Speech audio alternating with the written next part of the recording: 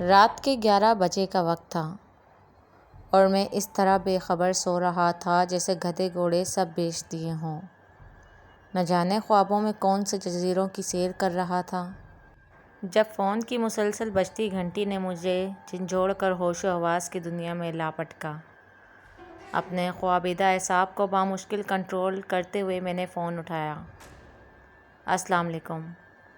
حسب عادت میں نے سلام کیا۔ وعلیکم السلام، کیسے ہو طلعہ بیٹا، کیا کر رہے تھے؟ جواباً مجھے ابو جی کی سنجیدہ سی آواز سننے کو ملی۔ سو رہا تھا ابو جی، آپ لوگ خیریت سے پہنچ گئے؟ اور پھر جو انہوں نے مجھے بتایا اسے سن کر قدموں تلے سے زمین نکل گئی۔ ان کی گاڑی راستے میں ایک حادثے کا شکار ہو گئی اور اس وقت سب اسپتال میں تھے۔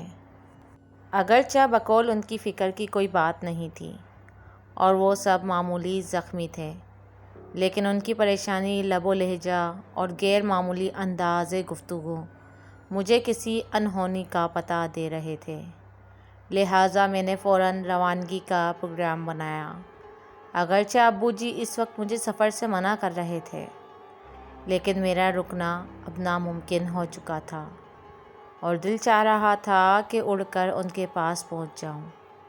میرے والدین، خالہ، خالو، میری چھوٹی بہن، سب قریبی رشتہ داروں کی شادی میں شرکت کرنے آج شام ہی حیدرآباد روانہ ہوئے تھے۔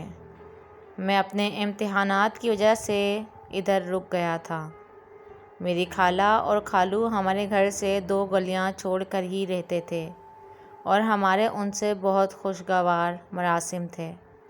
خالہ خالو نہایت شفیق، پرخلوص اور زندہ دل تھے۔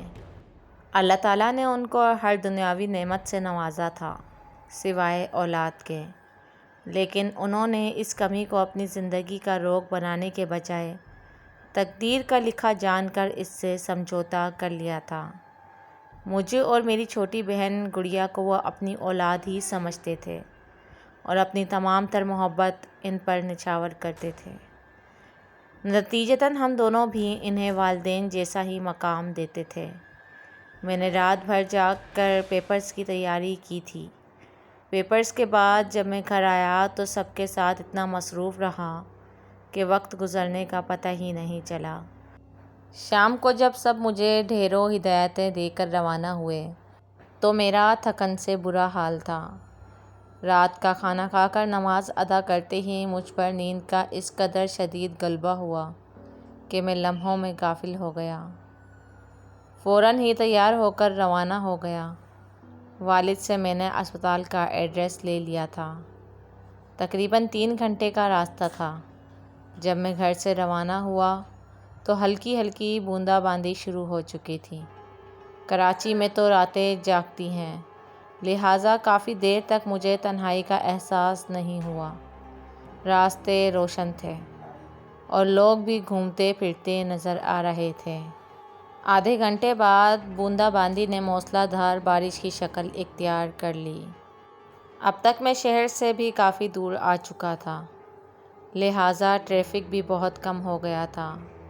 کبھی کبھار کوئی اکا دکا گاڑی نظر آ جاتی تھی، اگرچہ گاڑی کے وائپر مسلسل چل رہے تھے، لیکن تیز بارش کے باعث باہر دھندلا نظر آ رہا تھا۔ تھوڑے تھوڑے فاصلے پر لگے اسٹریٹ لیمپ اپنی مدھم سی روشنی سے تاریکی کو شکست دینے کی ناکام کوشش کر رہے تھے۔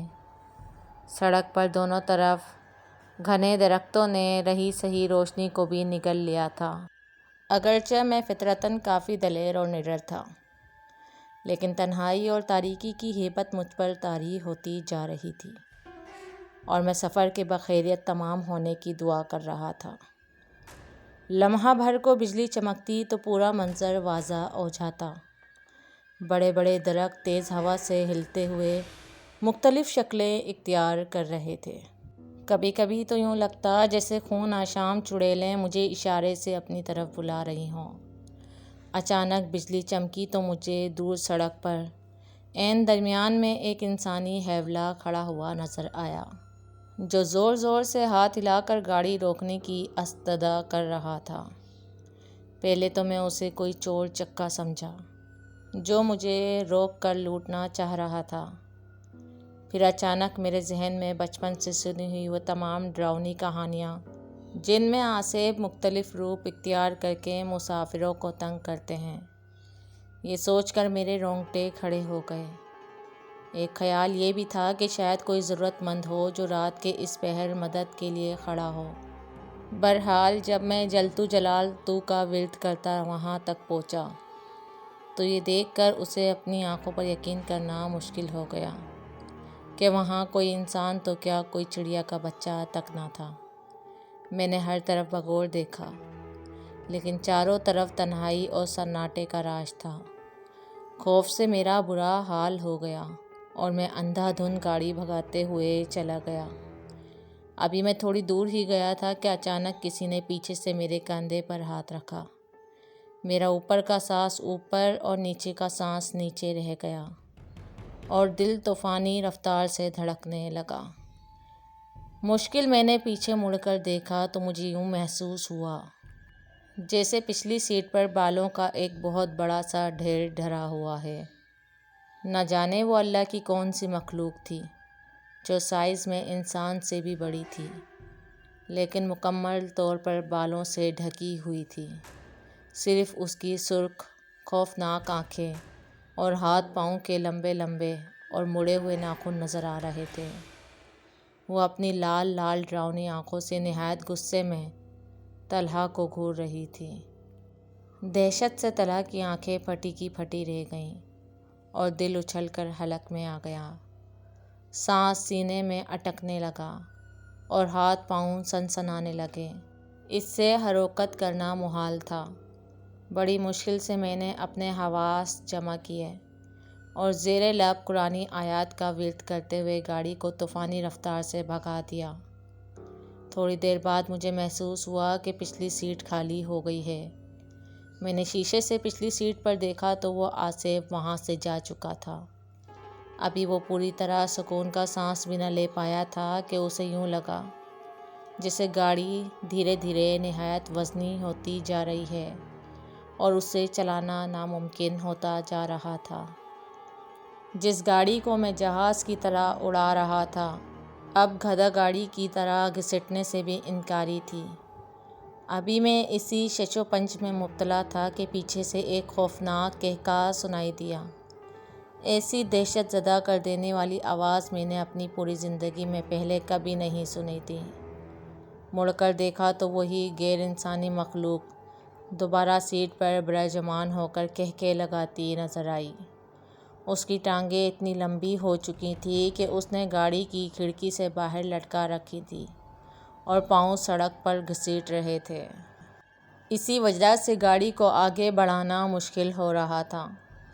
یہ دیکھ کر میری ریڑھ کی ہڈی میں خوف کی لہر دوڑ گئی اور میں نے بآواز بلند قرآنی آیات اور آیت الکرسی پڑھنا شروع کر دی۔ تھوڑی دیر بعد گاڑی پھر ہلکی ہو کر تیزی سے رواں دواں ہو گئی۔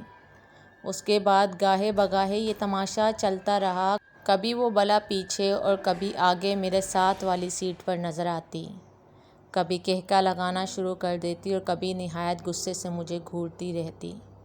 میں نے دعاؤں کا ورد جاری رکھا اور تیزی سے گاڑی بھگاتا رہا۔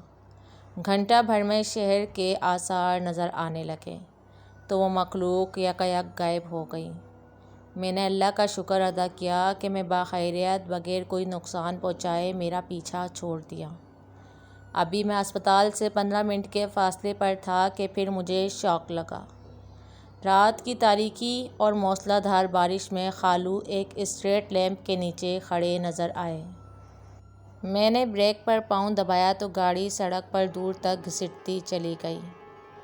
خالو تیز تیز چلتے ہوئے آئے اور فرنٹ سیٹ کا دروازہ کھول کر میرے ساتھ بیٹھ گئے۔ اتنی تیز بارش میں کھڑے ہونے کے باوجود ان کا لباس بالکل خشک تھا۔ میں نے نہایت حیرت سے ان سے پوچھا کہ وہ یہاں کیا کر رہے تھے، تو انہوں نے دھیرے سے کہا، بس بیٹا یوں ہی کھڑا تھا۔ وہ بالکل گمسم اور کھوئے کھوئے سے تھے۔ باتوں کے انتہائی شوقین اور بات بات پر زور سے کہکے لگانے والے خالو بالکل خاموش تھے، سوچ سوچ کر بامشکل چند الفاظ ادا کر رہے تھے۔ جب میں نے ان سے سب کی خیریت پوچھی تو وہ گویا ہوئے، ہاں بیٹا سب بالکل ٹھیک ہیں، تم فکر نہ کرو، تم سے ملے بغیر جانے کا دل نہیں چاہ رہا تھا تو میں چلا آیا۔ میں حیرت سے سوچنے لگا کہ وہ کہاں جا رہے ہیں، لیکن ان کی حالت دیکھ کر میں نے مزید پوچھنا مناسب نہ سمجھا۔ مجھے لگا کہ ایکسیڈنٹ نے ان کے حواس کو متاثر کر رکھا ہے۔ میں خود بھی اسپتال پہنچنے کی جلدی میں تھا، لہٰذا خاموشی سے ڈرائیو کرنے لگا۔ جب پارکنگ میں پہنچ کر میں اترنے لگا تو یہ دیکھ کر میری سٹی گم ہو گئی کہ برابر والی سیٹ خالی تھی۔ میں تیزی سے اسپتال میں داخل ہوا تو سامنے ہی میرے والد نہایت دل گرفتہ حالت میں کھڑے نظر آئے۔ میں خالو کے بارے میں بتانا چاہتا تھا لیکن وہ خاموشی سے تیز تیز چلتے ہوئے مجھے اندر لے گئے۔ کمرے کا منظر دیکھ کر مجھ پر سکتہ طاری ہو گیا۔ سامنے ہی بستر پر خالو کی لاش رکھی تھی، جو روڈ ایکسیڈنٹ میں موقع پر ہی دم توڑ گئے تھے۔ امی اور خالہ مجھے دیکھ کر لپک کر آئیں اور مجھ سے لپٹ کر پھوٹ پھوٹ کر رونے لگیں، لیکن میں اپنے حواسوں میں ہی کب تھا جو انہیں تسلی دیتا۔